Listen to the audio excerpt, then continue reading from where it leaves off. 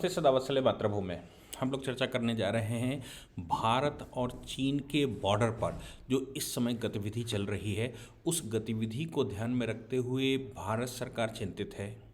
दूसरी तरफ राहुल गांधी जैसे लोग बयानबाजी कर ही रहे हैं। तीसरी तरफ केसीआर के स्टेटमेंट आ गए, या जो कांग्रेस लीडर्स हैं उनके स्टेटमेंट आ रहे हैं। और इधर क्वाड को लेकर, क्वाड में ऑस्ट्रेलिया में भारत के विदेश मंत्री एस जयशंकर एक बैठक करके आए हैं या कर रहे हैं। मैं ये नहीं बता सकता कि वो लौट आएंगे नहीं लौट आए, लेकिन उनका बयान आया। मैं उन सभी पर, और चाइना में जो इकोनॉमिक स्लो डाउन चल रहा है, उस इकोनॉमिक स्लो डाउन के पीछे भारत का कितना सहयोग है, और भारत ने इस चुनाव के माहौल में भी जो चाइना की हरकत है उसको लेकर भारत ने तुरंत वैसा ही कुछ ट्रीटमेंट किया है जैसा कि गलवान के इशू जब उठा था 2020 में, तब भारत ने वो ट्रीटमेंट किया था। हम एक बाई एक उस पर चर्चा करेंगे और चीन की पूरी स्थिति की बात करेंगे।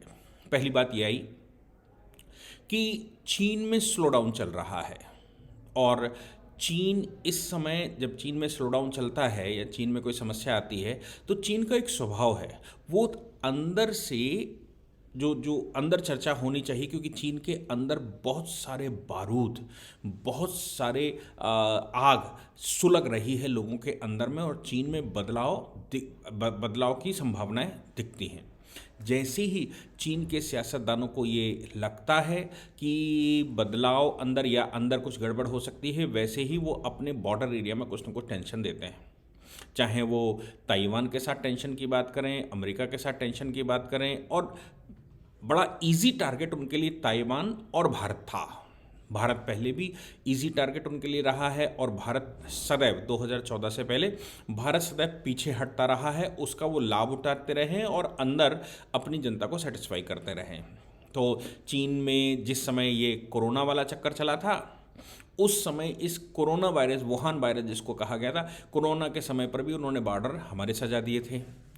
इच्छाएं उनकी अच्छी नहीं थी, लेकिन उनको ये अंदाज़ा भी नहीं था कि भारत सरकार इतना बुरा रिएक्शन देगी, और भारत की फ़ौजों को अब क्या स्वतंत्र अधिकार होंगे कि वो गलवान वैली में लड़ सकते हैं। हालांकि हमारे 20 जवानों का बलिदान हुआ, लेकिन उधर ऑस्ट्रेलिया की न्यूज़ एजेंसी या जो उनके यहाँ की इंटेलिजेंस एजेंसियां हैं, उन्होंने, और चीन ने स्वयं भी स्वीकार किया कि उनके यहाँ कैजुअल्टियाँ हुई हैं। ऐसी भी संभावनाएं बताई जाती हैं कि 100 के ऊपर कैजुअल्टी चीन की तरफ हुई, लेकिन चीन तो चीन है। अब वो रिएक्शन भारत ने, उस सिचुएशन का भारत ने उस समय बड़ा अच्छा इस्तेमाल किया, और हम चीन को रोक नहीं पा रहे थे ट्रेड के मामले में, क्योंकि 2014 में सरकार बनने के बाद मोदी सरकार के ऊपर सबसे बड़ा दबाव ये था कि भारत में जॉब्स क्रिएट हों, भारत में मैन्युफैक्चरिंग सेक्टर बढ़े।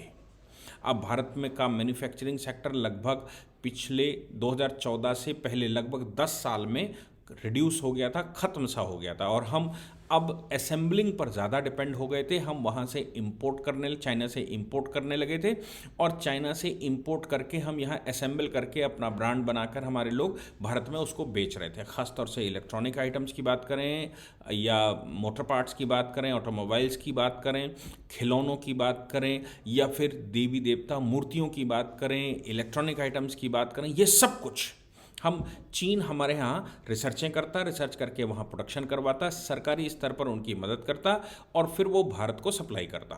हम कुछ तो सीधा इंपोर्ट ड्यूटी पे करके भारत में आता था, और बहुत बड़ा प्रोडक्शन भारत में इलीगल घुसता था। क्यों? क्योंकि उस समय की कांग्रेस पार्टी जिसकी सरकार थी, यूपीए की जो सबसे बड़ा दल था, जिसका प्राइम मिनिस्टर था कांग्रेस ने कम्युनिस्ट पार्टी ऑफ चाइना के साथ समझौता कर लिया था। कांग्रेस का कम्युनिस्ट पार्टी ऑफ चाइना के साथ समझौता, देश के साथ नहीं, हमारा देश के साथ नहीं, कम्युनिस्ट पार्टी का समझौता भारत की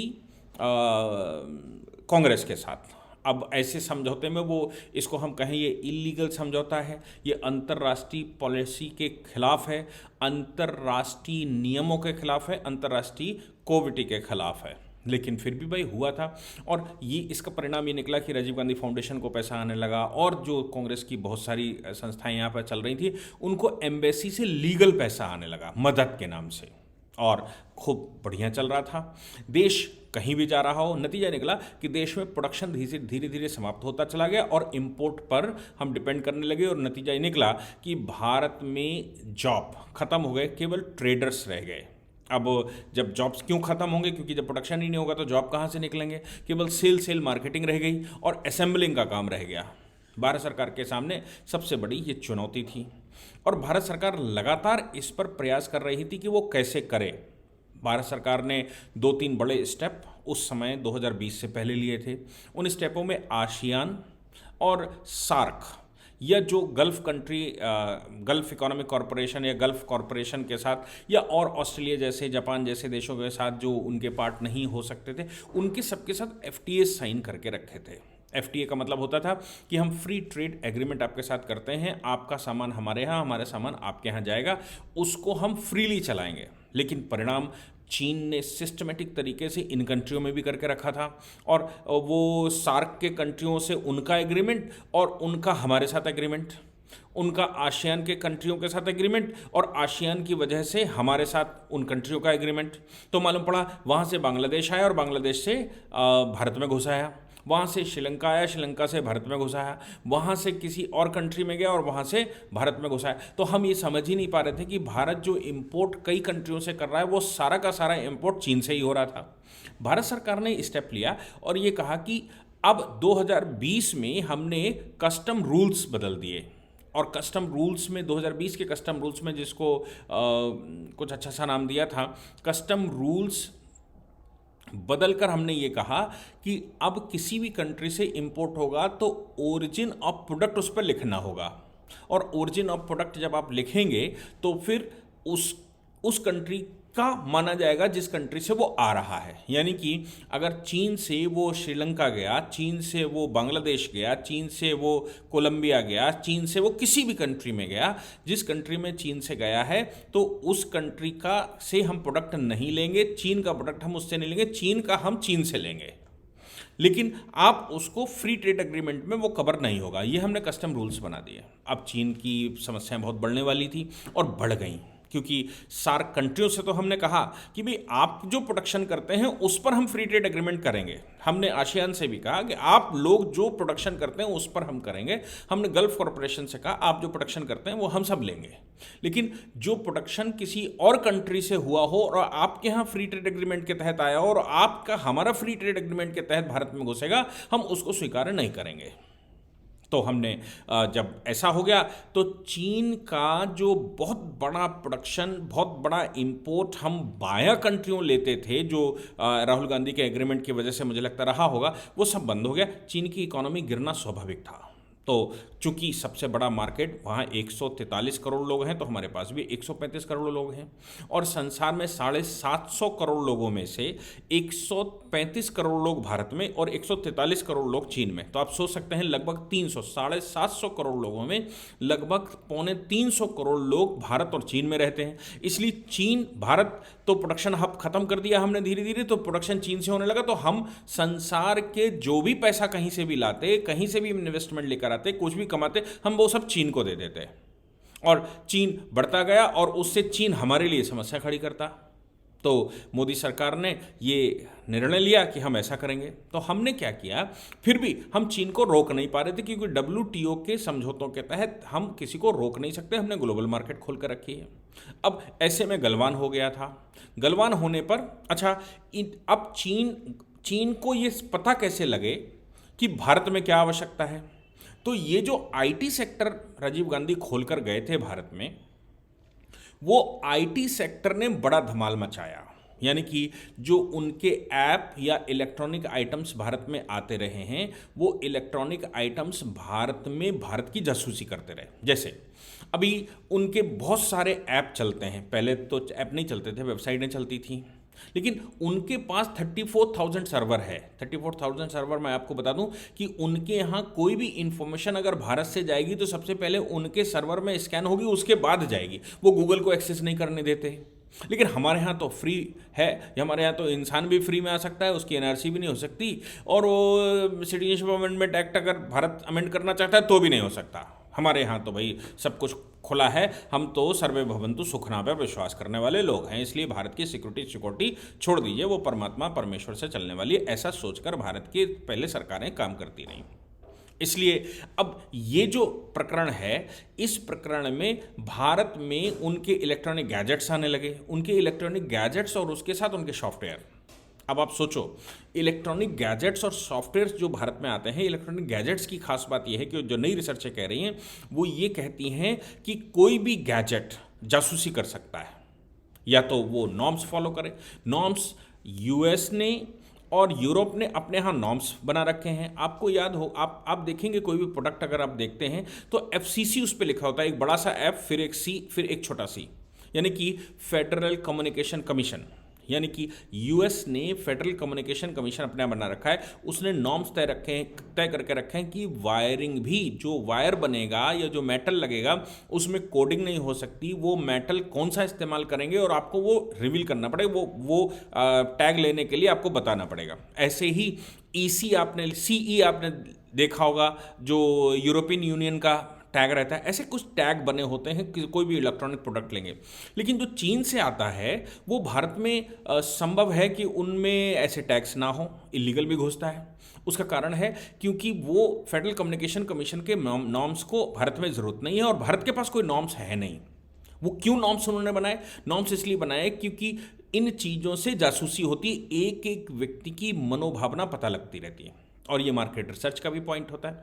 आप ये सोशल मीडिया जो इस्तेमाल करते हैं, ये भी मार्केट रिसर्च का सबसे बड़ा अड्डा है, और जो ऐप दुनिया भर के इस्तेमाल करते हैं, ये मार्केट रिसर्च का सबसे बड़ा अड्डा है। चीन ने भारत में अपने गैजेट्स बेचकर हमारे यहाँ की पूरी जासूसी रैकी करके ये पता कर लिया कि कौन सा प्रोडक्ट कौन सी मार्केट में किस क्वालिटी का किस रेट में और कब भारत में ज़रूरत पड़ती है। इसीलिए वो मूर्तियाँ हमारी बना कर देते हैं जिनकी जानकारी शायद भारत में कम होती है, और वो ये भी अपने अपने हिसाब से यहाँ पर फैलाते हैं कि भाई वो गणेश जी की सूंड कैसी होनी चाहिए, नीचे होनी चाहिए, ऊपर होनी चाहिए, दाएं होनी चाहिए, बाएं होनी चाहिए, या मूर्ति में कौन सा चेहरा होना, क्या होना चाहिए। एक लाफिंग गुड्डा बना दिया उन्होंने कि साहब लाफिंग गुड्डा ये सबसे बड़ा, भारत में अगर ये घर में रखते हो तो धन धान्य बढ़ता है। ऐसे करके वो खूब सारी अफवाहें फैलाकर भारत की मार्केट को एक्सप्लोर करते रहे हैं और भारत से धन उनके पास जाता रहा।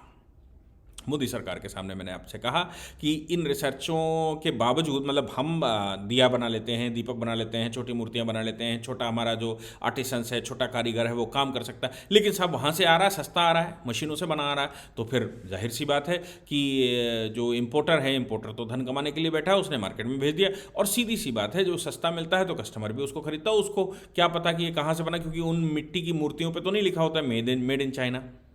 अब ये बातें भारत सरकार ने लागू करवा दी कि भैया आपको प्रोडक्शन बताना पड़ेगा। फिर भी इन सब के बावजूद हम चीन को नहीं रोक पा रहे थे, तो चीन को अब हम कैसे रोकें? गलवान का अवसर मिला, और गलवान के अवसर मिलते समय भारत सरकार ने चीन को पटकनी देने के लिए अपनी रणनीति पूर्ण रूप से बना ली, और उन्होंने धीरे धीरे करके चीन के इंपोर्ट को, चीन से जो मेटल आते हैं, सिक्योरिटी रीजन बताते हुए ministry of electronics and information technology, तो आपके पास ministry of electronics and information technology और ministry of home affairs. Ministry of home affairs recommendation करती है कि भाई इन चीज़ों से सिक्योरिटी थ्रेट है। Ministry of electronics and information technology की मिनिस्ट्री है, वो उस पर इन गैजेट्स को भारत में बेचने से बैन लगा देती है, इन ऐप्स को बैन लगा देती है। तो हमने ये कहा कि कोई भी अभी भी मैं कह रहा हूं कि अभी भी फेडरल कम्युनिकेशन कमीशन की तरह हमने कोई नॉर्म्स नहीं बनाए हैं जिसकी आवश्यकता है, और वो आवश्यकता जिस दिन हम पूरी कर लेंगे उस दिन भारत के नॉर्म्स के अनुसार भारत में इंपोर्ट होना शुरू हो जाएगा, और हम तब अच्छा वो कर पाएंगे। अभी क्या होता है, ministry of home affairs recommendation करती है। तो हमने क्या किया कि उनके यहाँ से जो भी मेटल प्रोडक्शन होता था, जो मेटल इंपोर्ट होता था, उस इंपोर्ट पर बैन लगा दिया, और ये कहा कि इस मेटल से जासूसी होती है। मेटल से जासूसी आपको बताऊं, मैंने पहले भी बताया, मेटल से जासूसी ऐसे हो जाती जैसे आप मेट्रो पर बैठते हो, एक टोकन होता है, वो टोकन रीडेबल होता है, और आजकल तो आप सब जानते होंगे थंब इम्प्रेशन से रीड हो जाता है, या जो कार्ड रहता है आपका एटीएम कार्ड रहता है वो रीड हो जाता है। तो क्या है कि उन कार्ड वो जो मेटल है, मेटल में इंफॉर्मेशन दे दी जाती है, वो मेटल इंफॉर्मेशन कैप्चर कर लेता है और जैसे ही वो अपने रिसीवर के सामने रखा जाता है वैसे ही वो इंफॉर्मेशन पूरी ट्रांसफर कर देगा। तो अगर आपने वो मेटल किसी ऐसे इलेक्ट्रॉनिक गैजेट में लगाकर हमारे घर भेज दिया, हमारे फ़ोन पर लगाकर भेज दिया, हमारे लैपटॉप पर लगाकर भेज दिया, हमारे यहाँ कोई और सामान इस्तेमाल करते हैं उस पर लगाकर भेज दिया, तो फिर वो हमारी पूरी जासूसी करेगा और हमारी पूरी जासूसी करके उनको बताता है।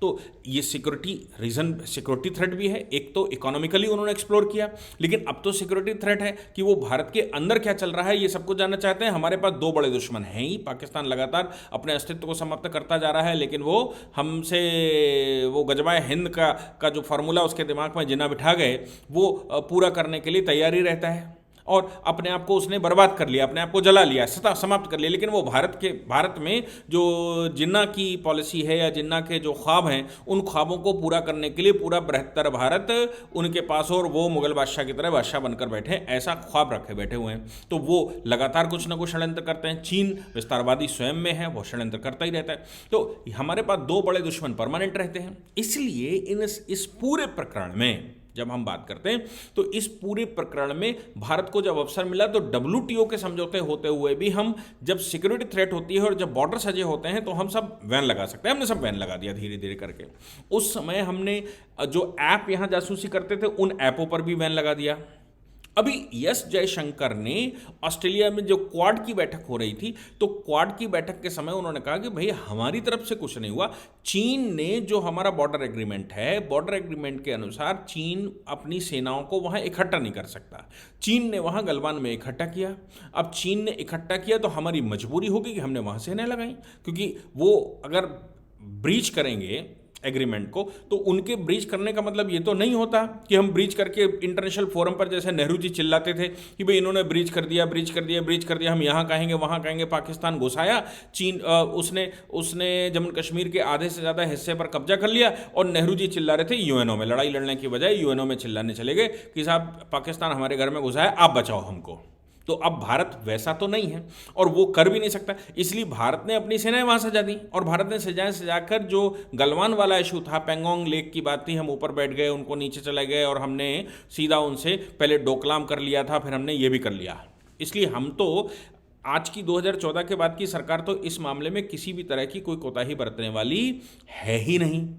परिणाम ये निकला कि हमारा उनसे क्लैश हो गया और हमने ट्रेड पर सबसे ज़्यादा इफेक्ट डाला। तो चीन की ट्रेड पर इफेक्ट पड़ा, तो परिणाम ये निकला कि चीन की इकोनॉमी स्लो डाउन हो गई। अब आप देखिए 2020 के बाद चीन की इकोनॉमी अपने सबसे बस्ट स्तर पर जा रही, 3% 2.5% की ग्रोथ वो दिखा रहे हैं। जबकि भारत की इकोनॉमी की ग्रोथ जो है, अगर ये एपिडेमिक ना आता तो शायद भारत की ग्रोथ डबल डिजिट तो छोड़ दीजिए 17-18%, और कुछ लोगों ने 28% भी प्रिडिक्ट की थी कि भाई भारत की ग्रोथ 28% तक जा सकती है। जो रिफॉर्म भारत में चल रहे हैं और जो भारत में अब रिफॉर्म के बाद जो इन्वेस्टमेंट के बाद सरकारी मशीनरी, लाल फीताशाही और लाल नौकरशाही, ये सब कुछ धीरे धीरे करके समाप्त हो रहा है। करप्शन पर लगाम लग रही है, प्रोडक्शन के लिए भारत तैयार है और भारत की सरकार MSME सेक्टर को बढ़ा रही है, भारत की सरकार प्रोडक्शन पर काम कर रही है, भारत की सरकार इन्वेस्टमेंट लेकर आ रही है और भारत को हब बनाना चाहती है। ये सब कुछ सामने निकल कर आया। तो फिर इंटरनेशनल एजेंसियां ये कह रही थी कि भाई भारत की ग्रोथ 25-30% तक जा सकती है, 25-26% जा सकती है। और हम ये तो दिखाई दे रहा है कि 2014 से हम $1 बिलियन से हम $1 ट्रिलियन से $3 ट्रिलियन पर पहुंच गए, बल्कि $2 ट्रिलियन तो हम आसानी से क्रॉस कर गए। तो हमने लगभग 2 गुनी अपनी इकोनॉमी, 2.5 गुनी अपनी इकोनॉमी, 3 गुनी इकोनॉमी करने की तरफ हम अग्रसर हो गए। तो फिर भारत तो चल ही रहा है, पिछले 6-7 साल में ही इतनी तेज चल दिया।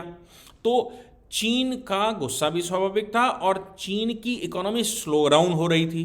चीन की इकोनॉमी लगातार स्लो डाउन हुई। अब चीन में इकोनॉमी जब स्लो डाउन है, बहुत भयंकर स्लो डाउन है, तो फिर, और उसका कारण भारत है। लेकिन ये तो अभी जो रिपोर्टें आ रही हैं वो ये भी आ रही हैं कि 2021 में इंपोर्ट भारत ने फिर बढ़ा लिया है, क्योंकि हमारे यहाँ प्रोडक्शन अभी चालू नहीं हो पा रहा है। एपिडेमिक ने हमारे ऊपर असर डाला है, तो उसके बाद हमारे ऊपर भी फर्क पड़ा है। हालांकि अभी चीन ने फिलहाल 2-4 दिन पहले जो एस जयशंकर कह रहे थे, चीन ने फिर जमावड़ा अपने बॉर्डर पर करना शुरू कर दिया है, हमारे बॉर्डर पर करना शुरू कर दिया। हालांकि उस पर उसको कांग्रेस ने गलत तरीके से दिखाया भी। भारत ने अपनी फौजें भी वहाँ लगा दी। भारत सजग है, भारत ने S-400 और ये वो जो भी हमारे पास था सब हमने लगा दिए वहाँ। एस जयशंकर ने कहा कि भाई उन्होंने तब भी तोड़ा था और अब वो ठीक नहीं कर रहे हैं, वो तोड़ रहे हैं। इधर भारत ने क्या किया कि इसी को ध्यान में रखते हुए भारत ने उनके 54 ऐप्स, जैसे पबजी चलता था तो पबजी का क्लोन भारत में चालू हो गया था। जो हमने वैन लगाए थे उन वैन के विरुद्ध अब भारत में फिर से कुछ ना कुछ वो ऑप्शन ले आए थे। भारत के लोग भी तो कुछ भाई कम नहीं हैं, वहाँ से कोलैबोरेशन कर लिया, गलत तरीके से घुसाए, गलत तरीके से उनके ऐप की क्लोन की कॉपी ले ली और फ्री में हमको मिल गई। तो हमारे यहाँ के जो तथाकथित वैज्ञानिक हैं या जो आईटी फील्ड के लोग हैं, हम सब जानते हैं कि भारत में आईटी फील्ड बहुत स्ट्रांग नहीं है।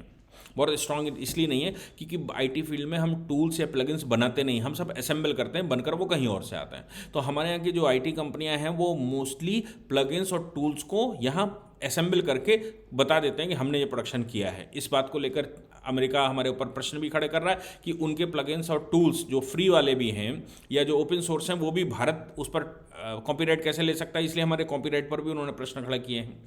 अब सवाल यहाँ पर यह आता है कि हमने चीन के वो ऐप जो हमको फ्री में मिल गए किसी न किसी रास्ते से, वो भारत में लागू कर दिए भारतीय कंपनियों ने, लेकिन उसकी कोडिंग तो चीन ने की, और उसकी कोडिंग चीन ने की तो इन्फॉर्मेशन तो चीन के पास उसकी सप्लाई हो रही है किसी न किसी माध्यम से, किसी न किसी तरीके से। तो चीन उस पर कमा नहीं रहा, कमा भारत वाले रहे, लेकिन चीन के पास उसकी इन्फॉर्मेशन जा रही। तो भारत सरकार ने उस पर एक स्कैनिंग लगाई थी कि ऐसे कितने ऐप हैं जो चीन के सहयोग से या चीन के ऐप भारत में किसी न किसी प्रकार से चल रहे हैं, और या फिर चीन के वो ऐप जो भारत में परमिटेड हैं वो चल रहे हैं। उन सभी में 54 ऐप और 54 ऐप्स और भारत सरकार ने देखे। जैसे ही यश जयशंकर ने उधर कहा, चीन के बॉर्डर सजे और भारत ने उनके खिलाफ ट्रीटमेंट करना शुरू कर दिया है। 54 ऐप्स को हमने कल ही आज ही बैन कर दिया है, और बैन करके चीन को ये संदेश भी दे दिया है कि भाई ये सिक्योरिटी थ्रेट हमारी तरफ हमारे लिए है, इसलिए आप सावधान रहें।